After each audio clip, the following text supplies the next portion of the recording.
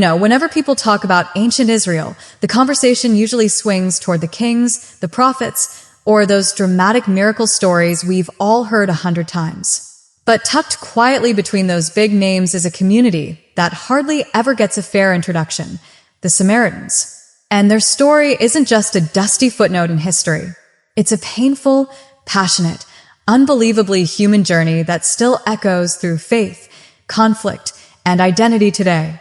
Let's walk through their world, not as if we're reading a textbook, but like we're stepping into their village, listening to their voices, and feeling the weight of what they lived through. A kingdom that split like a cracked stone. To understand the Samaritans, you have to picture a moment thousands of years ago when the kingdom of Israel didn't just break, it tore apart at the seams. After King Solomon died, his son Rehoboam made a disastrous political move. Instead of calming tensions, he pushed harder, ruled harsher, and the northern tribes simply said, "Enough." Imagine 11 brothers walking out of the house, slamming the door behind them, and the youngest ones staying inside. That's how the kingdom felt. The northern tribes formed their own nation, Israel, while the south became Judah. Now, this wasn't just a political divorce. It shifted everything: identity, faith practices, loyalties. The north built new capitals, new traditions, and yes, eventually a new spiritual center. This fracture is where the Samaritans' roots begin. Mount Gerizim, a mountain that holds memory. Most people today think of Jerusalem as the unquestioned heart of Israelite worship. But the Samaritans would shake their heads softly and say, "That's not how our fathers told it." Their sacred place was Mount Gerizim, a quiet ridge overlooking ancient Shechem. And not just for sentimental reasons. To them, this mountain wasn't a random choice. It was tied deeply to the earliest memories of Israel's faith. This is where Abraham built an altar, where Jacob bought land and dug wells, where blessings were spoken over Israel before they entered the promised land. Stand on the slope of Gerizim at sunrise, and you can imagine how a Samaritan priest might look toward the valley and whisper, "This is our beginning. This is where God met our fathers." Their entire identity was wrapped around the idea that God chose this place long before Jerusalem ever existed. When empires knock on the door, history rarely stays gentle for long. As centuries passed, the northern kingdom faced the brutal march of the Assyrian Empire, a machine of conquest that swallowed nations whole. Around 722 BC, Assyria captured Israel. Cities fell. Families were uprooted. Entire tribes were taken into exile. But the land wasn't left empty. Assyria had a strategy: mix populations so they wouldn't rebel together. They brought foreigners into the region and settled them around Samaria. Now imagine living in a place where your old friends are missing, your neighbors are strangers, and your traditions feel like a fragile flame in the wind. Yet a remnant of Israelites stayed. They married. They blended. They preserved what they could. This is where the Samaritans truly begin to form, a people with ancient Israelite blood, yet shaped by interwoven cultures and the trauma of empire. To Judeans in the south, this mixing felt like betrayal. But to the Samaritans, it was survival. Two families, one father, but no peace. You'd think two communities tracing their faith to the same God, same Torah, and same ancestors might embrace each other. But by the time Judah returned from Babylonian exile centuries later, the divide had hardened. When the Judeans began rebuilding the temple in Jerusalem, the Samaritans came offering help. After all, they worshipped the same God. Why shouldn't they join the effort? But they were turned away. Imagine the sting of that moment. A door slammed shut in front of generations.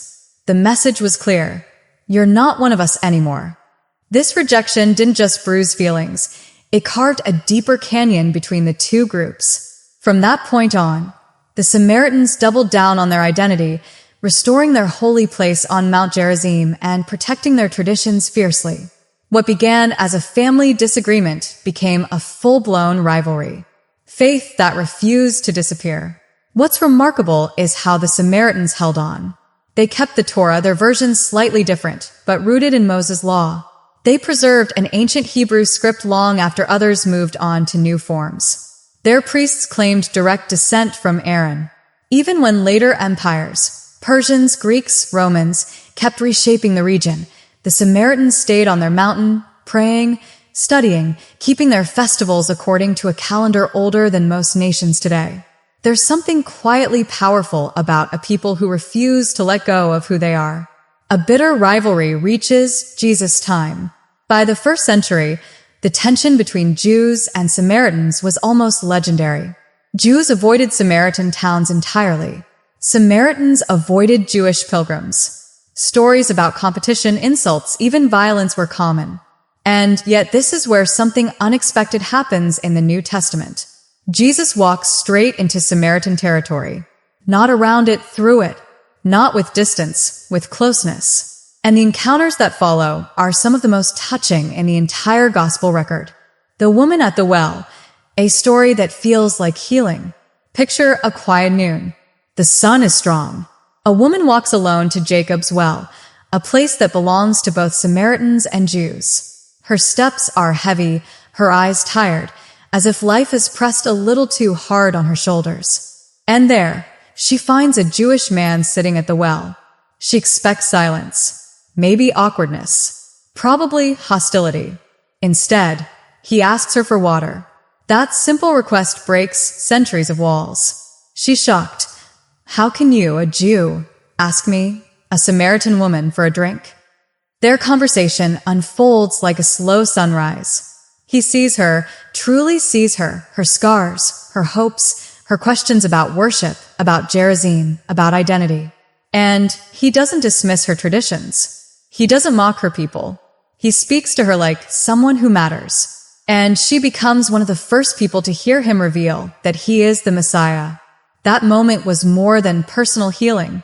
It was a bridge being built where everyone swore no bridge could stand. The Good Samaritan, a story that turned the world upside down. When Jesus told a story about compassion, he didn't choose a famous rabbi, a respected elder, or a hero from Jerusalem.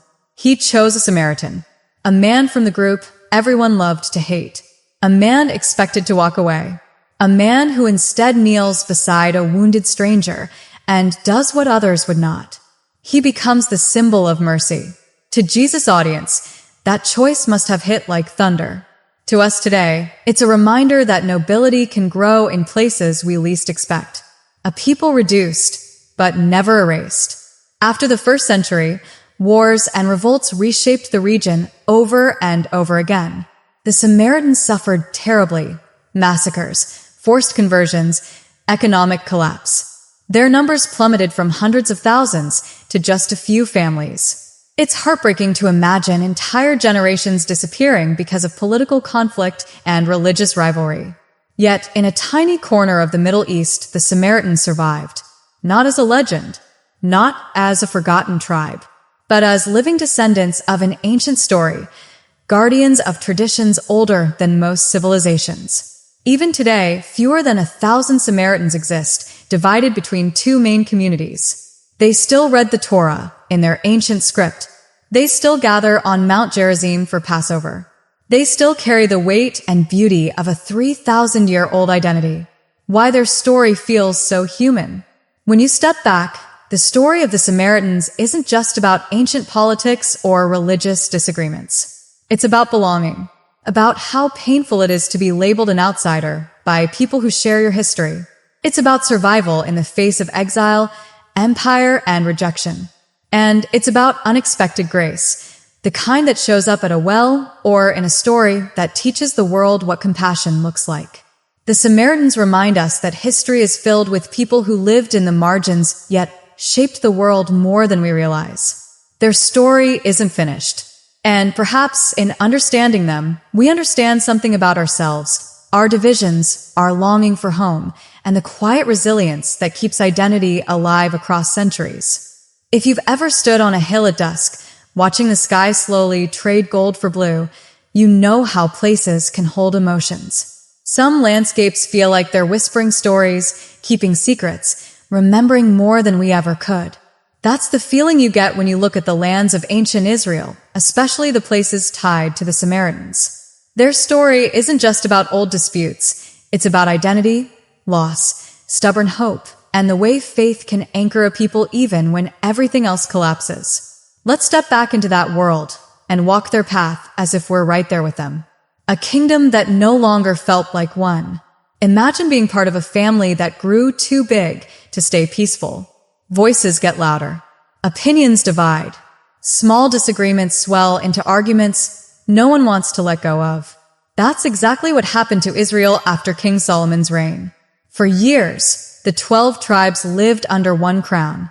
It wasn't always perfect, but it was one nation. Then Solomon died, and his son Rehoboam took the throne with a heavy hand and an even heavier ego. Instead of listening to the people, he tightened control. It pushed the northern tribes to a breaking point. They rebelled. They walked away. They created their own kingdom, Israel, while the south became Judah. That moment is the root of everything that eventually shaped the Samaritans. Two kingdoms now stood where one had been. Same ancestors, same God, same history, but no longer the same heart. And as often happens, what began as a political problem slowly grew into a spiritual one. Two altars, two centers, two memories. In the south, Jerusalem became the sacred center, the place where Solomon's temple stood, where sacrifices were made, where pilgrims streamed in from every direction during festivals. But in the north, something different happened. Jeroboam, their new king, feared that if his people kept traveling to Jerusalem, their hearts might drift back to Judah. So, he established new worship centers in Bethel and Dan. For northern Israelites, this was meant to be convenience. For southern Judeans, it was nothing short of rebellion. Over generations, the division grew. People in the north preserved their own traditions, held onto their own interpretations, and passed down their own memories. And slowly, quietly, two identities formed, Israelites of Judah and Israelites of Samaria. The Samaritans would later say, "We kept the original ways. We kept the original mountain." And that mountain was Gerizim. Just imagine standing at the foot of Mount Gerizim, looking up at its gentle slopes and feeling the weight of history. To the Samaritans, this wasn't just geography. This was sacred inheritance, the place where God had spoken blessings over the nation. Their faith wasn't built on opposition, it was built on memory. The shadow of Assyria, when everything changed. But history rarely lets identity stay gentle. Around 722 BCE, the northern kingdom was swallowed by a force no one could stop, the Assyrian Empire. They were ruthless, organized, unstoppable. Cities fell like dominoes. Armies crumbled. Israel's capital, Samaria, was conquered after a long and painful siege. Imagine watching your city walls break. Soldiers flood the streets, families torn apart, and everything familiar pulled out from under your feet. It must have felt like the sky had cracked open. Assyria had a cruel strategy: uproot entire populations, scatter them across different lands, and replace them with new settlers. And that's exactly what they did. Thousands of Israelites were exiled. Foreign communities were brought into the land. Cultures mixed. Languages collided. Traditions became tangled. To the Judeans in the south, this mixing felt like corruption. But to the Israelites who stayed, it was survival in the ruins of a broken kingdom. This blend of ancient Israelite blood and new populations is how the world began to see the people who would one day be called the Samaritans, the returned exiles, and the rejected helpers. Centuries later, another empire rose and fell, and another exile happened, this time to the southern kingdom. Judah was taken by Babylon, and its people spent decades far from home. When Babylon eventually fell to Persia, the Judeans were allowed to return and rebuild. Imagine the joy, the relief, the determination. They came home with dreams of restoring everything: faith, identity, worship. As they laid the foundation for the new temple in Jerusalem, a group approached them offering help. Those were the Samaritans. To the Samaritans, this made perfect sense. They worshipped the same God. They followed the Torah. They were descendants of Israel, just like Judah.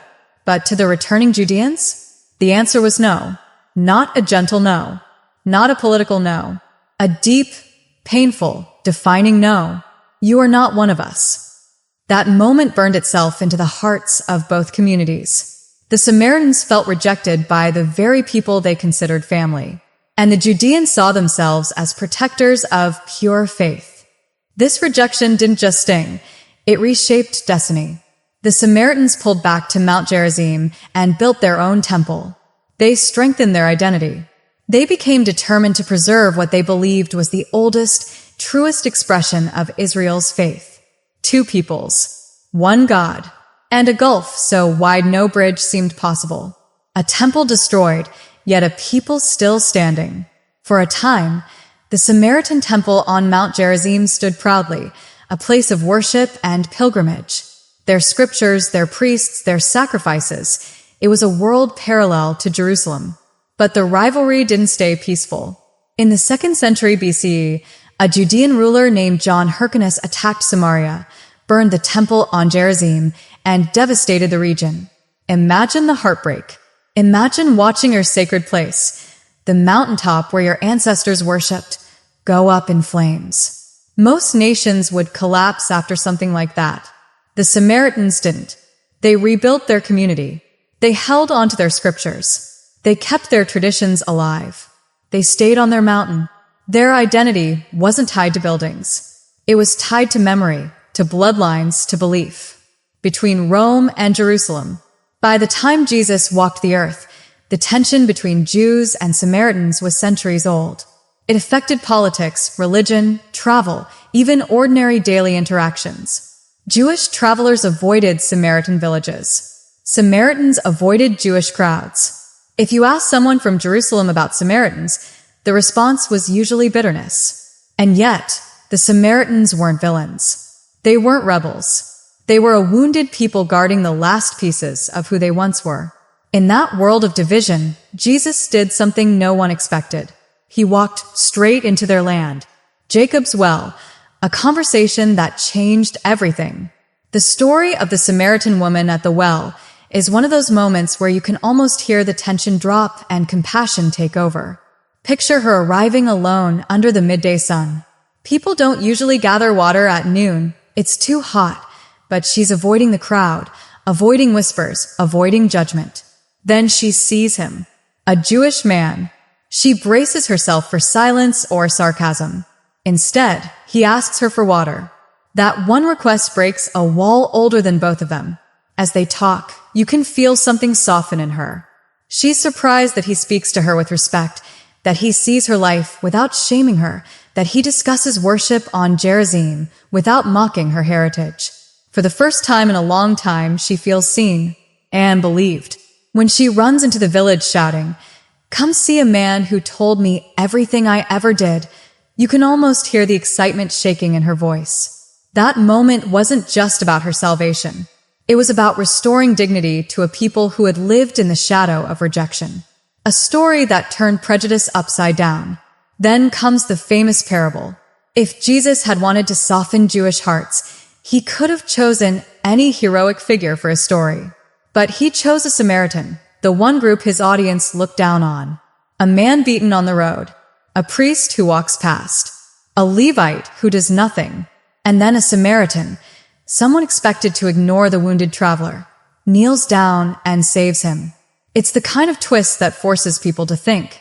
Maybe we've misunderstood these people. Maybe compassion isn't tied to identity.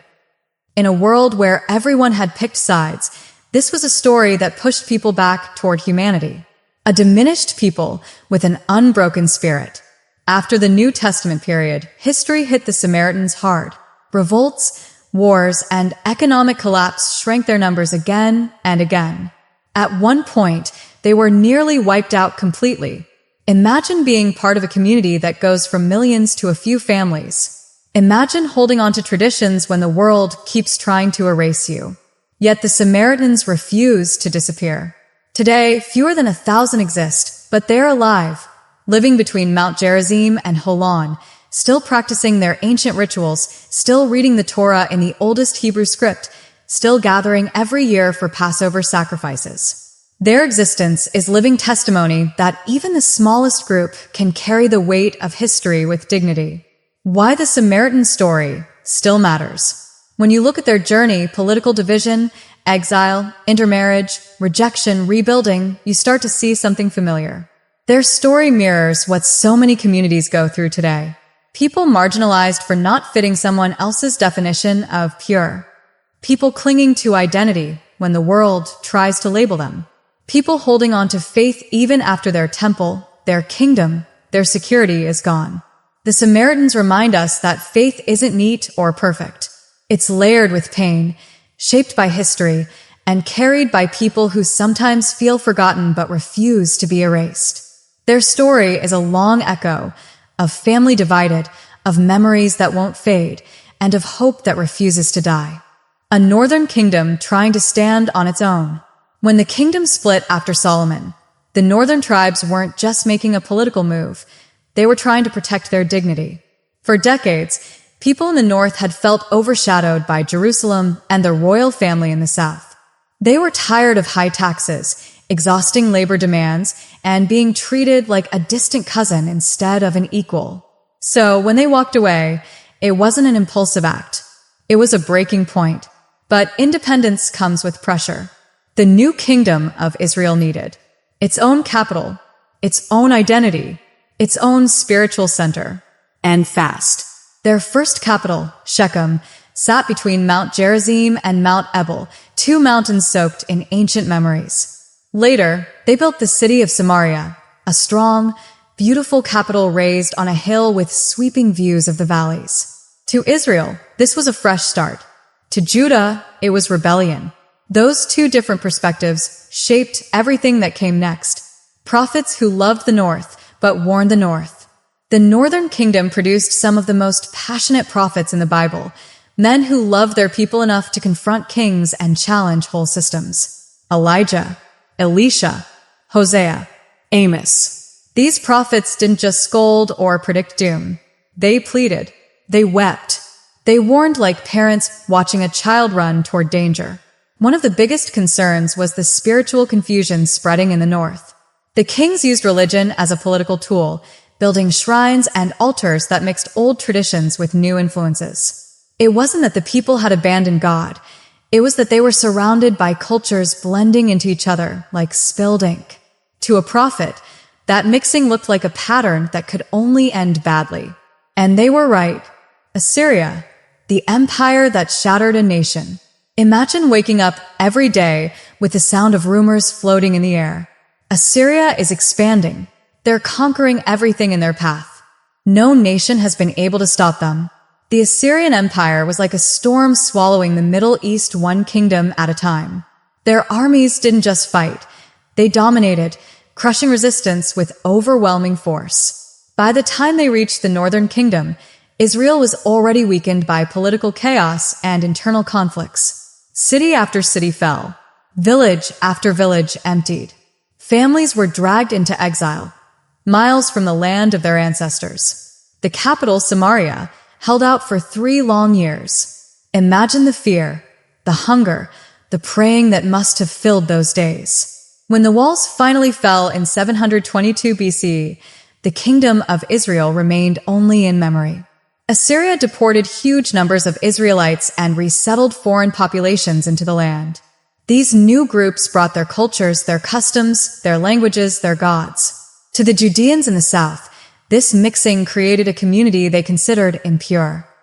But to the people who stayed, those scattered families watching strangers settle in their fields, this was the beginning of a long struggle to keep something precious alive. The remnant that refused to forget. When an empire uproots a nation, the world usually forgets the ones left behind. But the Israelites in the north didn't vanish. They built homes next to strangers, shared land with newcomers, and survived. Some stories say the newcomers faced lions attacking their villages, terrifying encounters that they believed meant the god of the land was angry. So they asked for an Israelite priest to teach them the ways of the Lord. One priest came, then others. And slowly, the blended community began practicing a version of Israelite faith. But here's the part that truly matters. The people who stayed kept their memories alive. They passed down the stories of Abraham and Moses. They held on to the Torah. They clung to Mount Gerizim as their ancestral sanctuary.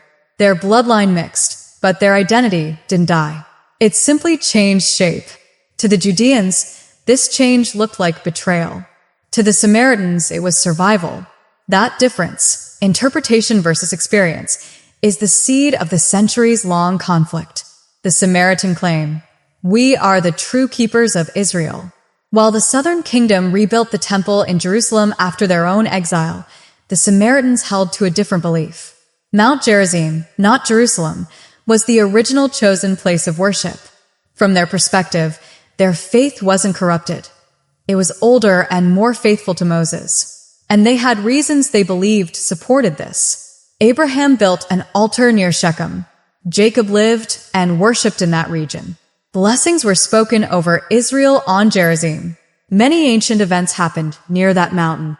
So for the Samaritans, Jerusalem felt like a later political development, not the original intention.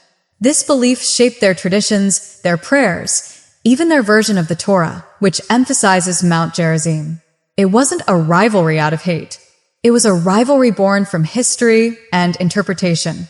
The rejected offer that deepened the divide.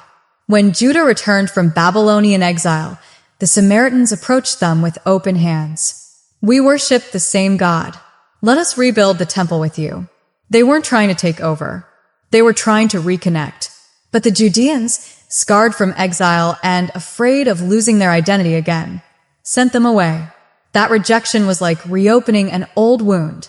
And from that moment, the Samaritans pulled back further from Judah and strengthened their own independent faith.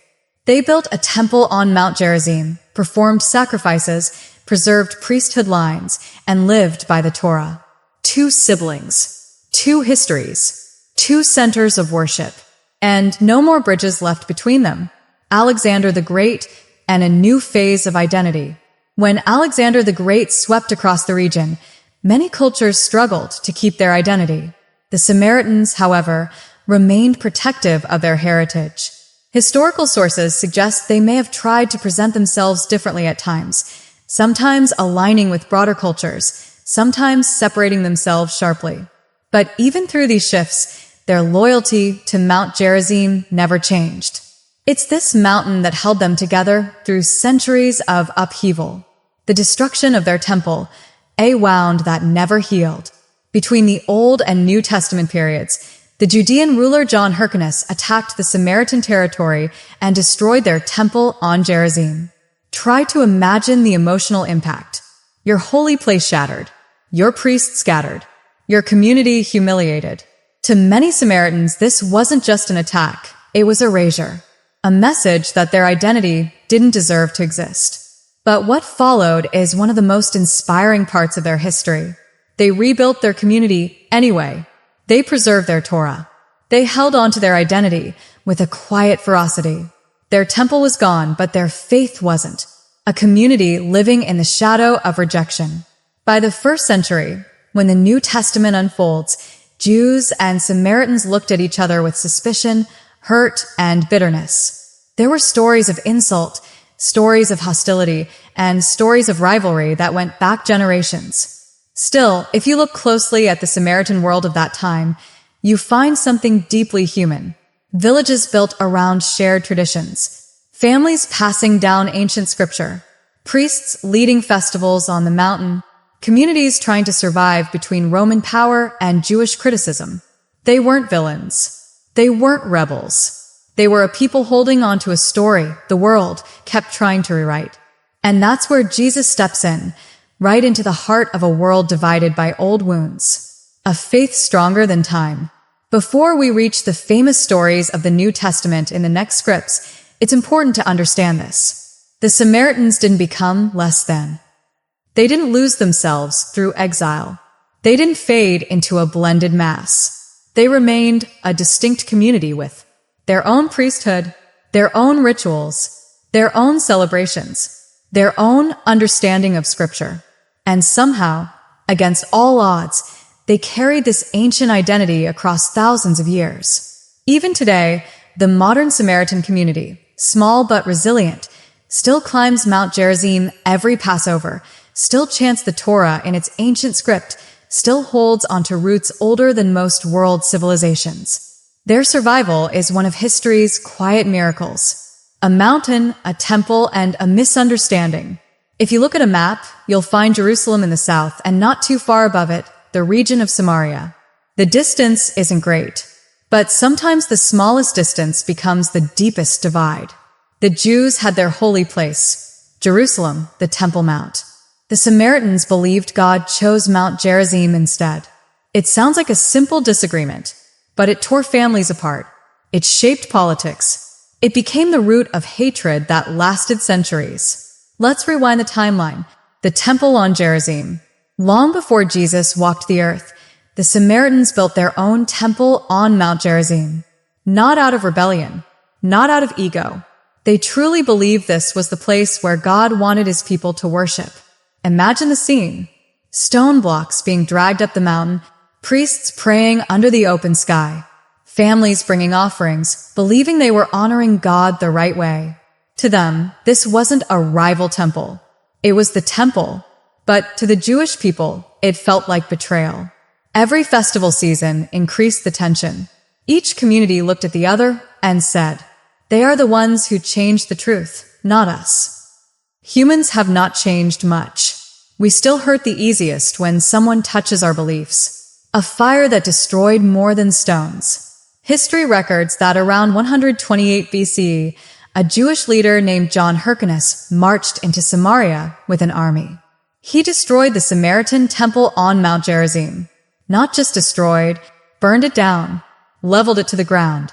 Imagine what that must have felt like for the Samaritans. For them, it wasn't a building. It was their identity, their history, their proof that God was with them. Losing it was like losing the ground beneath their feet. And hatred between the two communities deepened like a wound that never healed. Two faiths, one book, yet worlds apart. Here's the twist most people don't know. Both Jews and Samaritans followed the Torah, the first 5 books of Moses.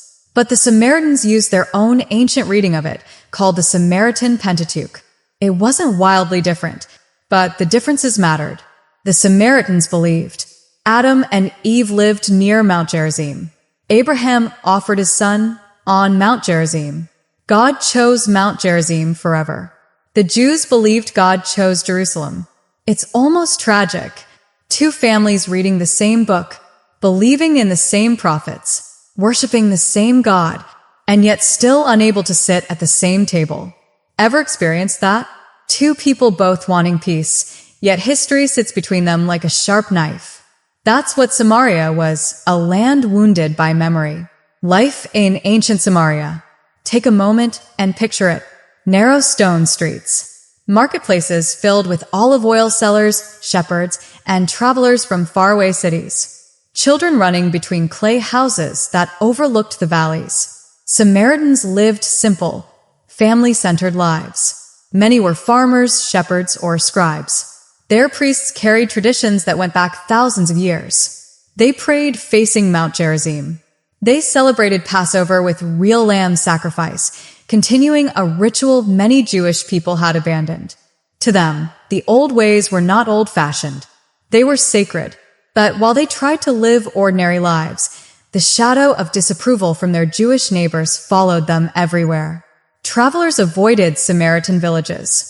Jews would walk long detours just to skip Samaritan roads. Sometimes, if a Samaritan touched a Jewish pilgrim's clothes, the pilgrim would shake the dust off, a public way of saying, "You made me unclean." The pain wasn't always in war. Sometimes the pain came in quiet, humiliating ways. The Samaritan resolve. But the Samaritans were people of deep honor. Even after their temple was destroyed, even after they were mocked, rejected, and pushed to the margins, they refused to abandon Mount Gerizim. They rebuilt shrines. They revived festivals. They protected their ancient Torah scrolls like treasure. History tried to erase them. Empires rose and fell around them. Persians, Greeks, Romans, Ottomans. But the Samaritans stayed. Across thousands of years, their population became one of the smallest in the world. At some points in history, they almost disappeared. Yet they survived. Quietly, faithfully, stubbornly. Sometimes survival itself is an act of worship. When Jesus walked into the story, everything we've talked about leads to one of the most powerful moments in the New Testament.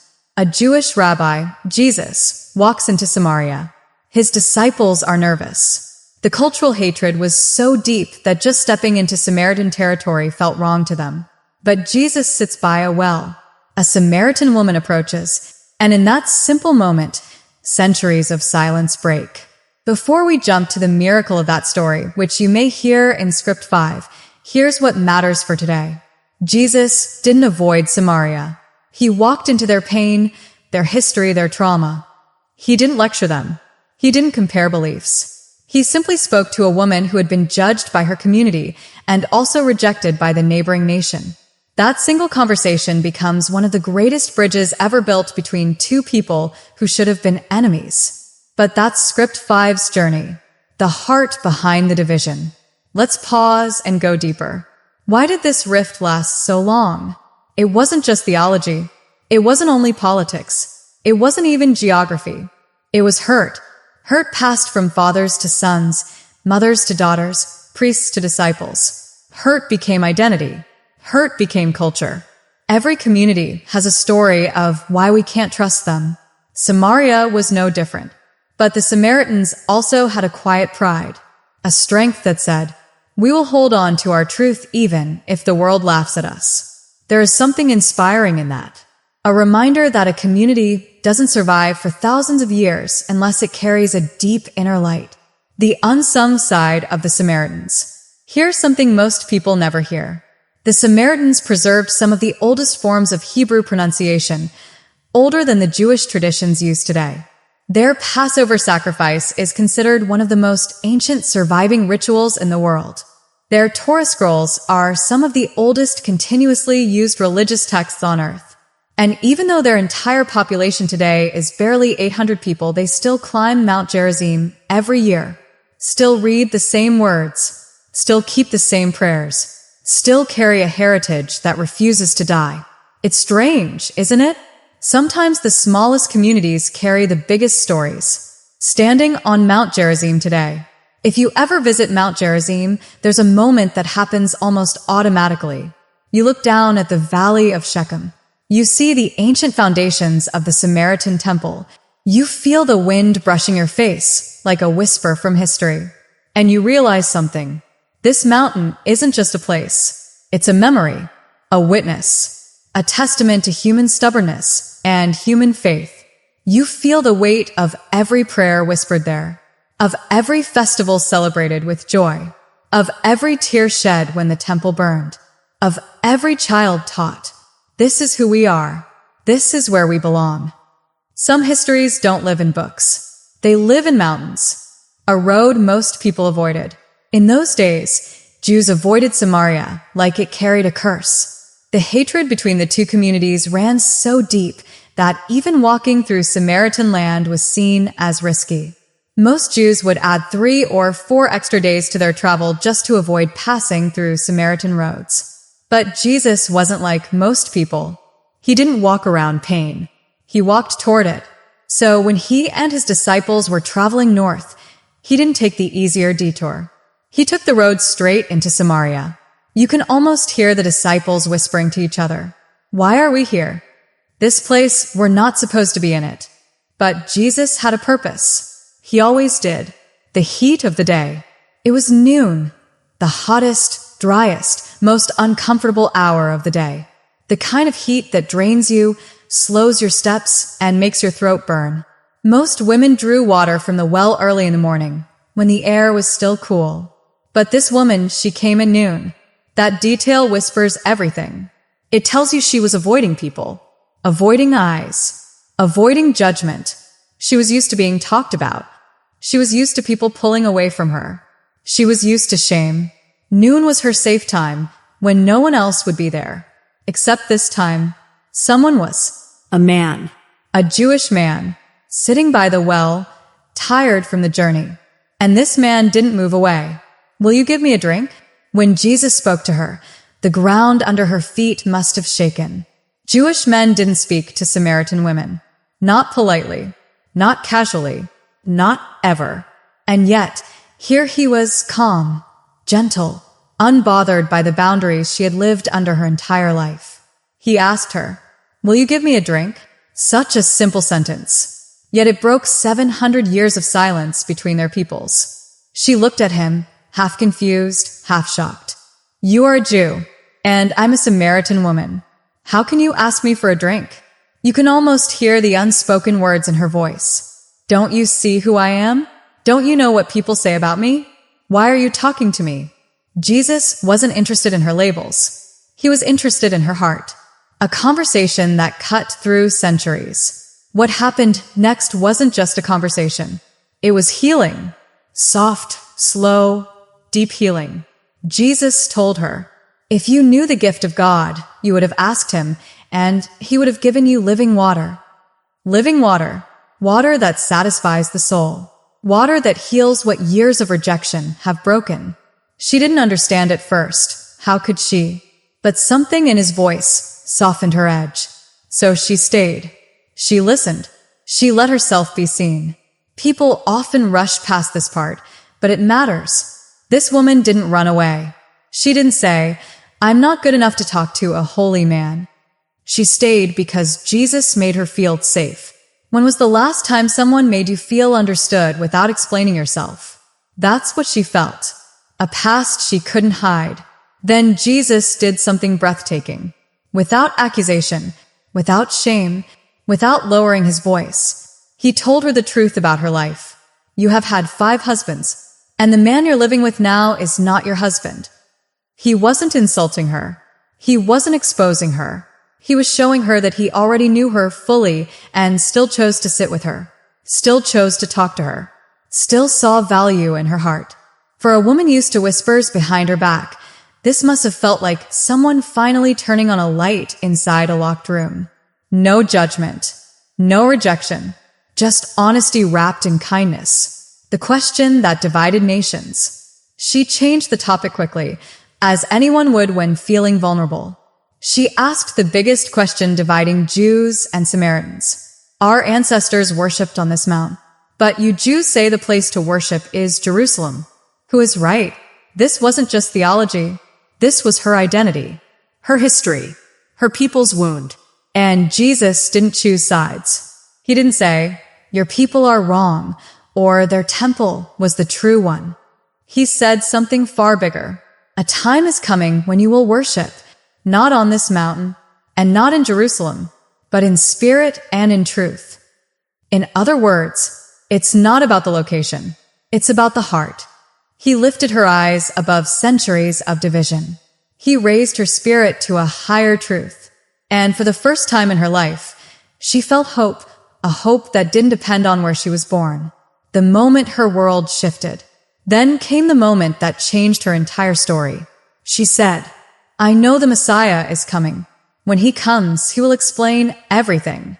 And Jesus told her, "I am he." Stop and breathe that in. This Jewish teacher, this man who crossed boundaries, who spoke gently, who knew her past. He chose to reveal his identity not to a scholar, not to a priest, not to a king, but to a Samaritan woman with a broken reputation. He saw her before she saw herself. Sometimes God chooses the people society rejects. Sometimes he builds the biggest bridges through the most unlikely hearts. There are moments in history that feel like hidden chapters, events that happen quietly, far from the noise of kings and empires, yet changed the destiny of entire communities. Samaria had one of those moments. If script 5 showed the spark, the day the Samaritan woman met Jesus, then script 6 shows what happened after the spark became a flame. This story isn't loud. It isn't filled with armies, battles, or political speeches. It's filled with wounded people discovering hope, one heart at a time. And sometimes that's all it takes to rewrite history. A quiet change begins. After Jesus spent 2 days in Samaria, life didn't instantly become perfect. The people still lived under Roman rule. They still carried centuries of bruises from their Jewish neighbors.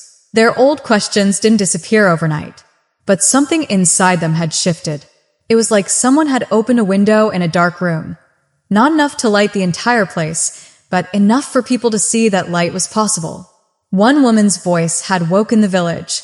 2 days with a traveling teacher had woken the region. Change doesn't always roar. Sometimes it whispers. The first seeds of faith. Picture the days after Jesus left. Families sitting around the fire, retelling the conversation at the well. Children asking curious questions. Old men wiping tears they didn't want anyone to see. Women carrying water with a new smile, remembering the courage of the woman who had gone before them. Something new was blooming. Small gatherings formed under fig trees, where people shared what they remembered Jesus saying. Farmers returning from the field spoke of the Jewish rabbi who didn't hate us. Travelers stopping in the town carried the story further. No one called it a movement yet, but the ground was warming. From shame to leadership. The woman at the well, the one who used to walk with her head down, became something unexpected. A leader, not the official kind, the personal kind. People sought her out. They asked her questions. They shared their struggles with her because they knew she understood pain. You know how some stories transform a person? How one brave moment suddenly gives someone a voice. That was her. She had lived through heartbreak. She had survived judgment. And now, she carried a message that brought healing. Some people are chosen not because they are perfect, but because they are broken and still willing. The early Samaritan followers. As weeks passed, more Samaritans began traveling to Judea and Galilee to hear Jesus themselves. They wanted to see the teacher, who treated them like family. And Jesus welcomed them. At a time when Jewish leaders would barely allow Samaritans near the temple walls, Jesus looked them in the eye and said, "The Father seeks such worshippers." Imagine how healing that must have felt. For the first time, Samaritans didn't feel like the outsiders. They felt invited. Their hearts opened like dry soil finally touched by rain. The miracle that ignited the region. Then came a moment that pushed the spark into a bright flame. After Jesus ascended and the early church began spreading, something shocking happened. Philip, one of the first Christian evangelists, was sent directly to Samaria. Of all places, Samaria. People expected him to go to powerful cities or Jewish regions or wealthy towns. But God sent him to the land everyone avoided. Philip walked into villages where people remembered the woman, remembered the well, remembered the strange Jewish rabbi who once stayed with them. And when Philip began speaking about Jesus, the reaction was explosive. Scripture describes the moment in a simple but powerful line. There was great joy in that city. Not small joy. Not quiet joy. Great joy. The kind that makes people hug strangers. The kind that turns markets into celebrations. The kind that makes a wounded community feel alive. Philip healed the sick. He cast out dark spirits. He taught openly in Samaritan streets. And the people believed by the hundreds. A revival began. In Samaria. The land everyone used to look down on. Sometimes the places people ignore become the places God chooses. The story of Simon the sorcerer. But with every movement, someone always tries to twist the story. Samaria had a man named Simon, a sorcerer, a performer, a man who had spent years capturing people's attention with tricks and illusions. The villagers used to call him the Great Power. He loved the title. He loved the applause. He loved the control. But when Philip came, the people started ignoring Simon's performances and listening to the truth. Simon felt something he didn't expect. Fear. The kind of fear that grows when someone realizes their power is slipping. But here's the surprising part. Simon didn't run away. He followed Philip everywhere. He watched every miracle. He listened to every teaching. And then, in a moment that still shocks many readers, Simon believed. Or he thought he believed. His heart was drawn to the movement, not because of faith, but because of power. He got baptized. People cheered. But something was off inside him. He didn't want Jesus. He wanted the ability to do miracles. He wanted the spotlight again. Isn't that such a human thing? To want the benefits of something without the surrender? The apostles arrive. When Jerusalem heard that Samaria had embraced the message of Jesus, they sent 2 of the most respected leaders, Peter and John. This moment is huge. Remember, Jews and Samaritans had hated each other for centuries. And now 2 Jewish apostles walked into Samaria not as enemies, but as brothers. They prayed over the Samaritan believers. The Holy Spirit came upon them, and a new chapter opened. This was reconciliation, not in words, in action. Peter and John placed their hands on people their ancestors once avoided, and heaven responded. There was no us versus them anymore. Simon's mistake. Seeing this, Simon the sorcerer made a terrible decision. He pulled Peter aside and offered money, real money, for the ability to give the Holy Spirit by laying hands on people. He wanted power again. He wanted importance again. Peter's response was sharp, but it came from a place of truth. Your heart is not right. Pray that God may forgive you. Simon was shaken, and for the first time, he actually felt fear of losing something real, not audience, not status, but his soul. We don't know what happened to Simon afterward. Some say he repented. Some say he walked away. But the lesson he left behind was clear. Faith is not a performance. It's surrender.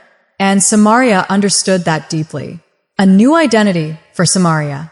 After Philip's ministry, Samaria was no longer defined by its destroyed temple, its old conflicts, its reputation of being half-believers, or its centuries-long wounds.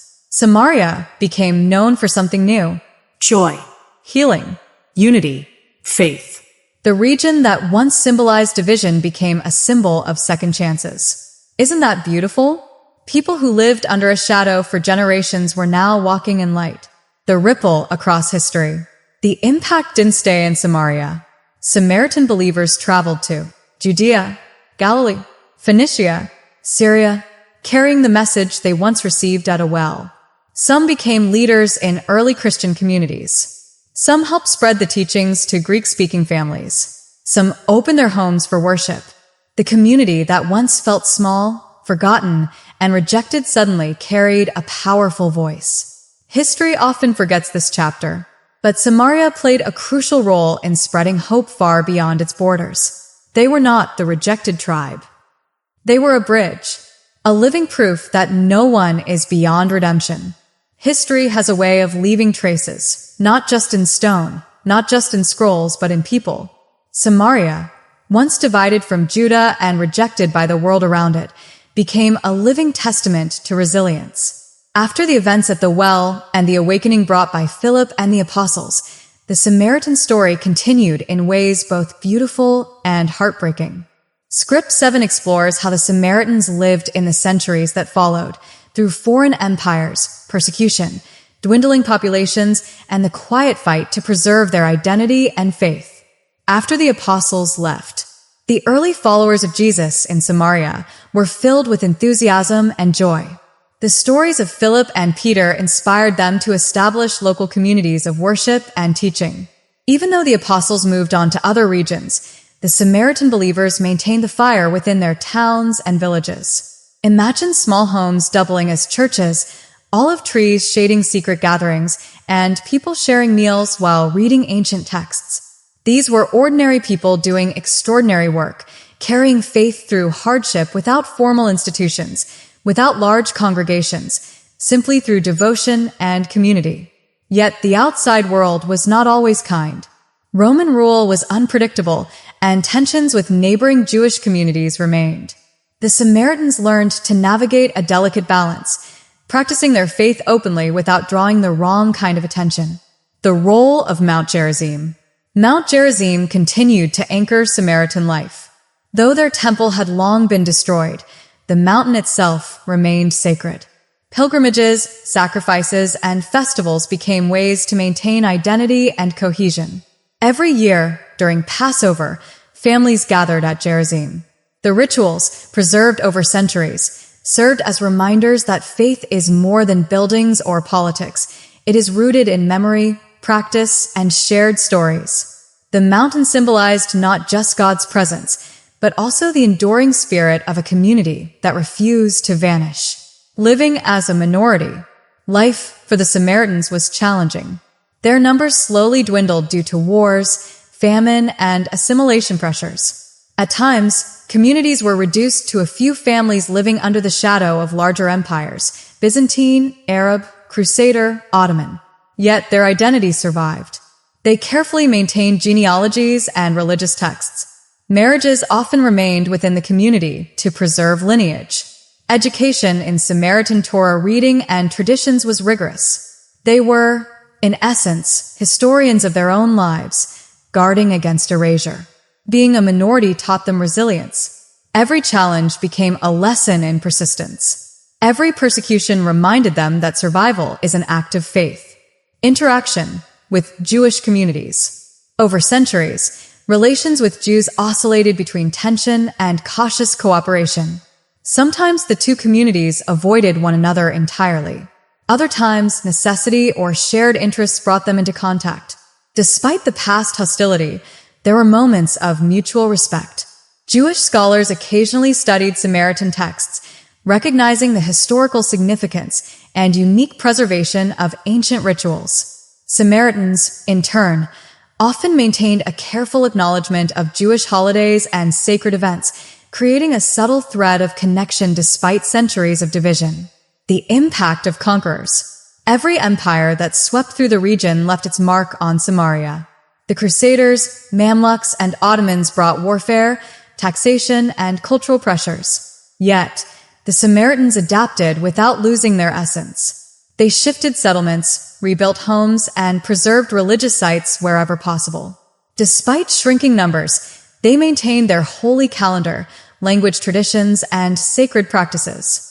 Each wave of external change reinforced the importance of internal continuity. One can imagine a small Samaritan family in the 14th century lighting lamps at night and reading the Torah by candlelight, aware of threats from outside, yet determined that their children would know the prayers of their ancestors. This quiet dedication ensured that Samaria's heritage lived on. Cultural preservation. Samaritans are often overlooked in discussions of history, but their cultural preservation is remarkable.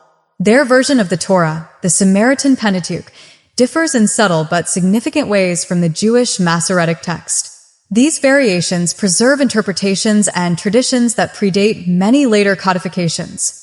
Samaritan Hebrew pronunciation is also considered more ancient in some respects, retaining sounds and accents lost elsewhere.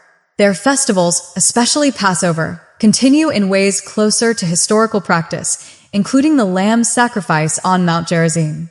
In essence, Samaria became a living museum of ancient Israelite religion, not static, but vibrant, practiced daily by devoted families who understood the weight of their responsibility. Faith and identity in modern times. Fast forward to modernity. The population of Samaritans is small, hovering under 1,000 people. Yet, their identity remains strong. They continue to live in the same regions, celebrating festivals, studying the Torah, and performing rituals on Mount Gerizim. Modern Samaritans have adapted without surrendering their core traditions. They engage with contemporary society while maintaining their language, dress, and faith practices. Marriages remain carefully planned to sustain lineage, and education in religious texts is rigorous. Despite their small numbers, they are a testament to the enduring power of faith, heritage, and communal identity. A small community with a big heart. Today, the Samaritans are fewer than 1,000 people scattered between the cities of Nablus and Holon in Israel. Their population is tiny compared to ancient times, yet every member is a living link to a lineage that spans thousands of years. In the streets of Nablus, you can meet families who still climb Mount Gerizim for festivals. You can see elders teaching the Torah to children under fig trees, using the same text their ancestors studied centuries ago. They are ordinary people, farmers, teachers, shopkeepers, office workers, yet their lives carry extraordinary weight. Every ritual they perform, every prayer they recite, is a connection to a rich, sacred past, maintaining faith through modern challenges. Modern life is full of distractions and pressures. Globalization, technology, and social change touch every corner of the world. For the Samaritans, these changes pose both opportunities and challenges. They attend schools, work in modern professions, and navigate daily life in an increasingly complex society. Yet, they maintained strict observance of religious law, keeping the Sabbath, performing Passover sacrifices on Mount Gerizim, and following the Samaritan Torah. Marriage is carefully arranged to preserve the lineage, and Torah instruction begins at a young age. Their community is small but tight-knit, and every family plays a role in preserving the heritage. The celebration of Passover.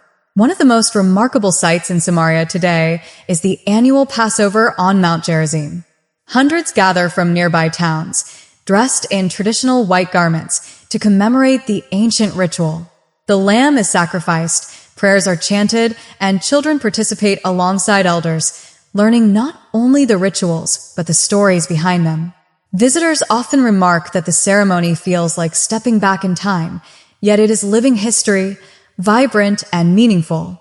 This is not a performance for tourists. It is the heartbeat of a people determined to survive. Preserving language and tradition. The Samaritan community speaks Arabic in daily life, but their religious language is Samaritan Hebrew, a language preserved with incredible care. Samaritan Hebrew is unique. Its pronunciation reflects an ancient form, older than many modern Jewish traditions. Through it, they preserve prayers, Torah readings, and sacred chants exactly as they were thousands of years ago. In an era where languages vanish in decades, this preservation is a testament to the community's dedication. It is not just a language. It is memory, faith, and identity embodied. Education and leadership. Leadership within the Samaritans is deeply tied to religious knowledge. Priests and elders carry responsibilities that go beyond worship. They teach, guide families, and ensure traditions are faithfully maintained. Education is rigorous. Children learn the Torah by heart, along with the laws, rituals, and oral histories that form the core of Samaritan identity. This knowledge is not merely academic. It is the thread that links each generation to the one before. In preserving education, they ensure survival, not just physically, but spiritually, culturally, and historically. Challenges of modern life. Despite their dedication, the Samaritans face modern challenges. Their small population makes them vulnerable to assimilation and demographic decline. Intermarriage outside the community, disease, or migration could reduce their numbers further. Globalization and urbanization also challenge traditional ways of life. Young people are exposed to other cultures and ideas, and balancing modern life with ancient traditions requires care. Yet, the Samaritans remain remarkably resilient. They adapt without losing identity, using modern tools like social media to connect, educate, and sustain their community while staying rooted in faith. Their relationship with the wider world. Samaritans have developed respectful relations with both Jewish and Palestinian neighbors. Their existence serves as a bridge, a living reminder that identity and faith do not require hostility toward others. Visitors, researchers, and historians come to Samaria to study their traditions. The community welcomes them, sharing stories and rituals while maintaining boundaries that protect their heritage. Their story has become a beacon of hope for anyone who has faced marginalization or prejudice. It shows that small communities can survive against the odds without compromising their core values. Faith, identity, and legacy. At the heart of the Samaritan story is faith. Faith in God, faith in tradition, faith in each other. Faith gave them courage when their temple was destroyed. Faith gave them resilience under Roman, Byzantine, Crusader, Mamluk, and Ottoman rule. Faith gave them strength when numbers dwindled. Identity gave them cohesion. It ensured that every child knew the history, every family maintained lineage, and every ritual connected the present with the past. Legacy gave them hope, the belief that they could survive and pass their traditions to the next generation, no matter how small or isolated the community became.